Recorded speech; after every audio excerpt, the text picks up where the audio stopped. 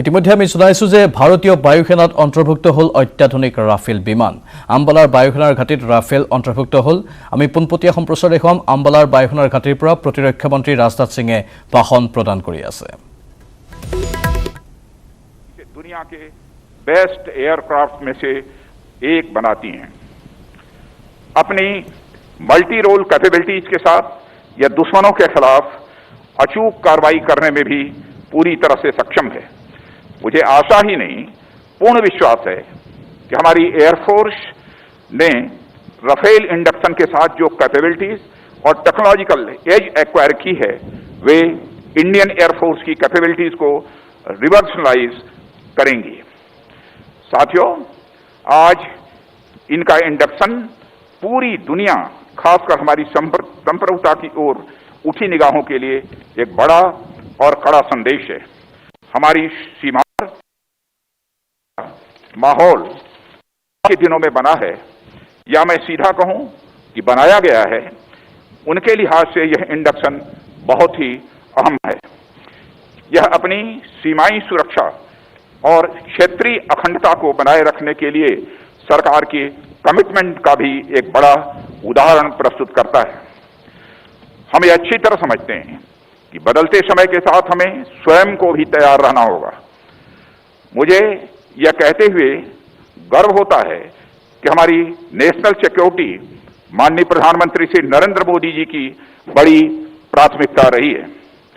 जिस ताकत को आज हम अपनी आंखों से देख पा रहे हैं, उसे पाने की राह में अनेक अड़चनें भी आईं, परंतु माननीय प्रधानमंत्री जी की मजबूत इच्छा शक्ति के सामने वे सभी नष्ट नाबूद होती गई और हमारा मार्ग प्रशस्त होता चला गया।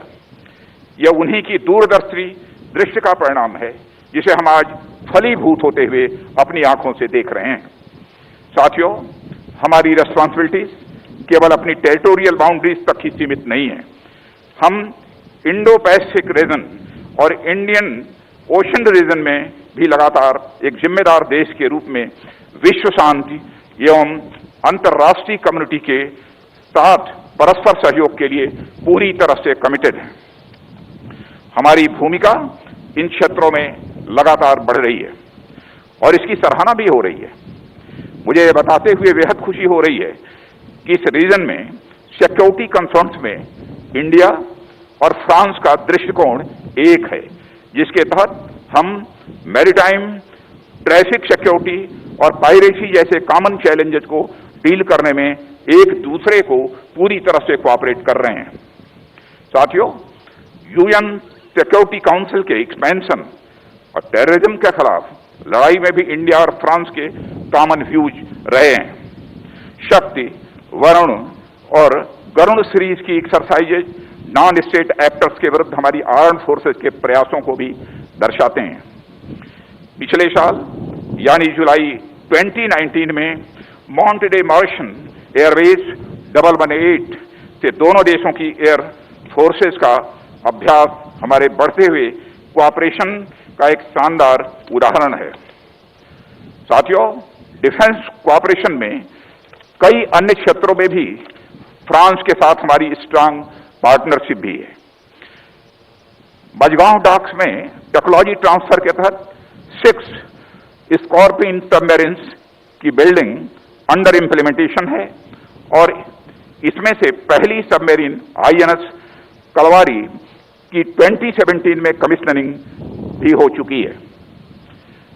रेसिप्रोकल लॉजिस्टिक सपोर्ट के संबंध में एग्रीमेंट हमारी इंटर ऑपरेबिलिटी और ज्वाइंट फोर्स कोऑपरेशन को बढ़ाने के हमारे संकल्प को भी दर्शाता है।